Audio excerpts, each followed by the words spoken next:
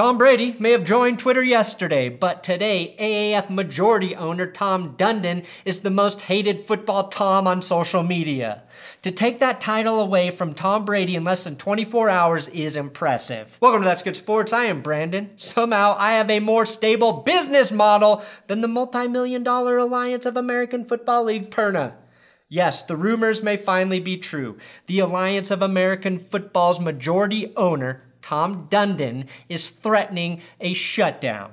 If you remember, Tom Dundon is the owner of the Carolina Hurricanes and Topgolf, and he saved the Alliance after they couldn't afford payroll for the first week of the season. And now he's destroying them and changing the pronunciation of his name to Tom Dundon. Appropriate. He's like a doctor who saves your life and then finds out you don't have health insurance and just pulls the plug out from under you a few weeks later. So let's take a look at what the hell is happening with the AAF. It's good sports.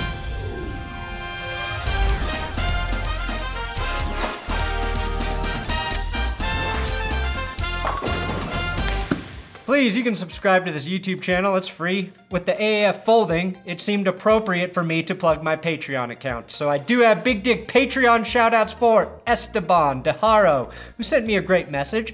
Esteban, big shout out to your dog Daisy, and thanks for saying the Pats suck. John Shepemaker, and Keith Erickson with the $6.69 donation. You can support this channel, patreon.com/thatsgoodsports. If you don't want me to fold like the AAF, you gotta do it.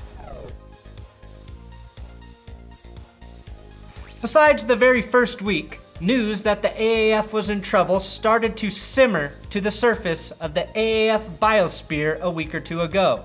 But many reports also said it was essentially a negotiating tactic to try and force the NFLPA to give the Alliance young NFL players so they can be an official developmental league for the NFL, instead of the current totally free developmental league, college football. Now maybe Tom Dundon is still using this as a negotiating tactic to force the NFLPA's hand, which is like me demanding that the NFL Network give me Kay Adams and Nate Burleson, and when they say no, I shut down my YouTube channel. NFL wouldn't give a shit. The NFL needs the Alliance of American Football like I need anal fissures. Unless the NFL is making money from the AAF's development of young players, they have no reason to bow down to any demands Tom Dundon makes. I mean, the NFL is so powerful, it can make all of its newest players wear the worst hats ever designed on the biggest night of their lives. And the only hat that looks cool is the Chargers hat, and nobody is going to buy that shit. That's where the NFL is. Personally, I thought these folding rumors for the AAF were bullshit. Why on earth would a new league shut down before they even finished their first season?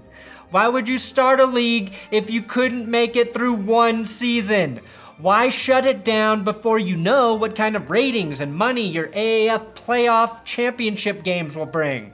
That's like Game of Thrones, pulling the plug before Ned Stark gets his head chopped off, or AMC pulling the plug before Walter White starts cooking meth, or The Walking Dead ending the show when the dead were just crawling.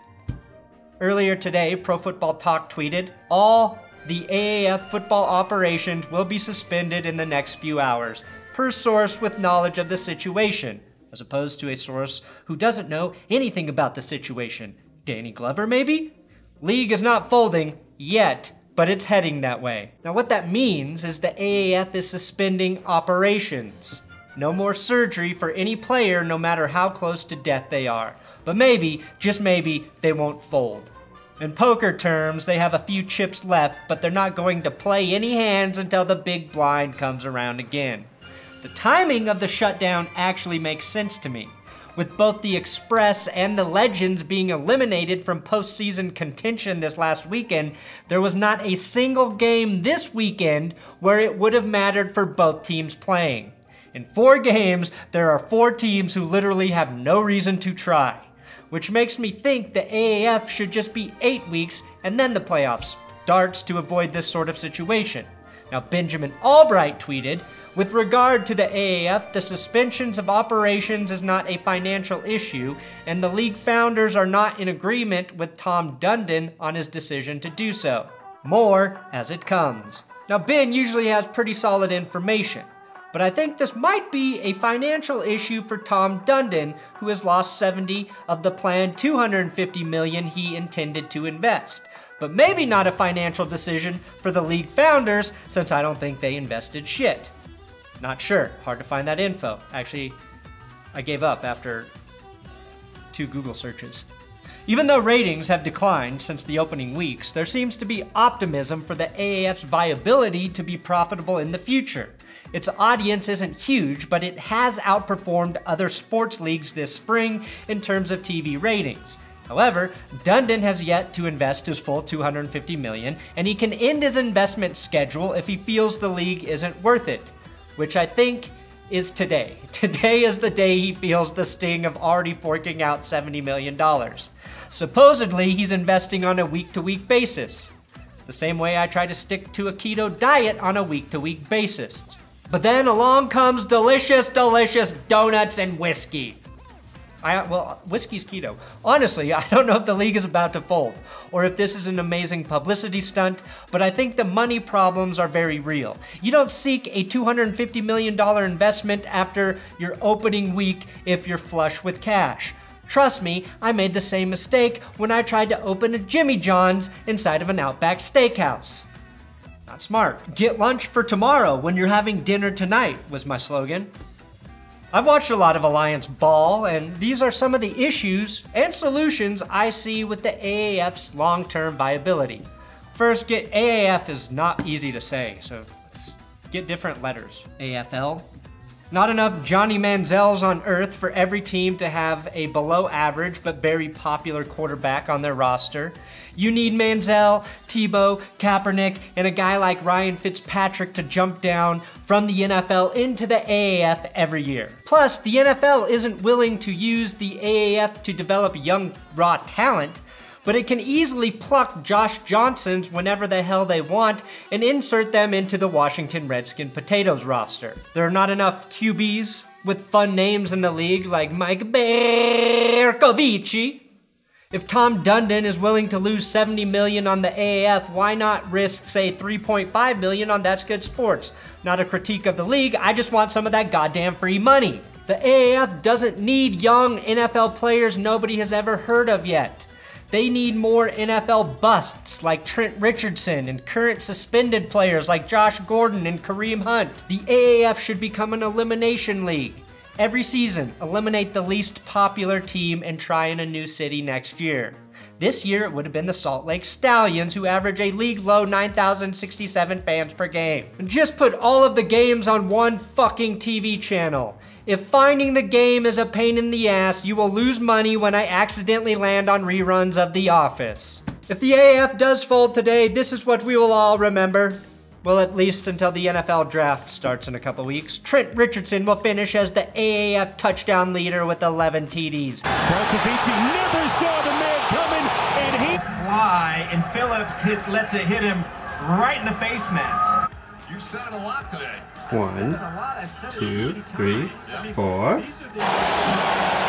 This has been the issue with Berkovici. I'm not talking to you, bud. I'm not talking to you, though. But if they throw that easy before the snap, I mean, it's been every play. It's noticeable. I ain't talking to you either. Pressure comes in the pocket. Wow, he was completely blindsided. This really does open the door for the XFL to succeed if the AAF folds. Vince McMahon can supposedly fund the XFL for 3 seasons, which is important for building a brand for any of these new leagues. If this guy is outsmarting you, you know you're screwed. I would like to end with a list of things that lasted longer than the 52 days of AAF. Zion Williamson's Nike shoe, any conversation with my sister. She talks a lot. Bill Simmons' show on HBO. That other HBO show with Dustin Hoffman about horse racing where all the horses started dying on set. Luck. The show was called Luck, which is like if the AAF was called Lasting Success or Great Hands. The Maiden Voyage of the Titanic. Robert Kraft's successful run with prostitutes. Senator Clay Davis saying shit on the wire. Sorry, HBO is my spring football league. Rick Pitino. Eli Manning's career with the Chargers. If you string together every clip of Itchy and Scratchy from The Simpsons, it will fill more airtime than all of the AAF football games. And the final thing that lasted longer than the AAF, Tom Brady's kiss with his son. I should probably fold this joke just like the AAF. So goodbye, AAF. We loved you with all of our hearts, and maybe we'll see you this weekend, probably not. Looks like your financial backer, your main financial backer, is aborting your league before it comes to term. And that's why we know Tom Dundon is pro-choice. Thanks for watching another episode of That's Good Sports. Please subscribe here on YouTube. You gotta subscribe to this YouTube channel because if nobody watches, I can't get a $250 million investment for this shit. And that is my goal. Now you know why I'm doing this. It is for the money. It is for the $250 million payday that I will get. I will get that free fucking money. I'll get it.